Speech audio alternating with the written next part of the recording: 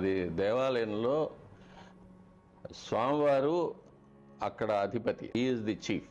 ఆ గృహానికి అధిపతి ఆయన. మనమందరూ సేవకుడుగానే వెళ్తాం. అక్కడ ఉన్నప్పుడు కూడా ఆయన దేవతా సార్వభౌముడు. 33 కోట్ల దేవతల్లో ఉత్తమోత్తముడు ఆయన. దేవతలకు అందరికీ సార్వభౌముడు. మనలాగా పిఎంఓ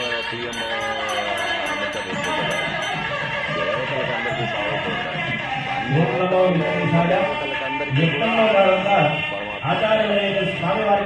చక్రవర్తి, దేవతా చక్రవర్తి. కాబట్టి అంతటి పవర్ఫుల్ ఎంటిటీ దగ్గరికి వెళ్తున్నప్పుడు చాలా చాలా చాలా చాలా భయంతో, భక్తితో, అనుకుంటూ అక్కడ వెళ్ళి ఏదైనా అహంకారం, నేను అది చేశాను, అది చేశాను, ఆత్మస్థితి, పరనింద, కూట భాషణం, ఇవన్నీ కూడా ఆగమశాస్త్రంలో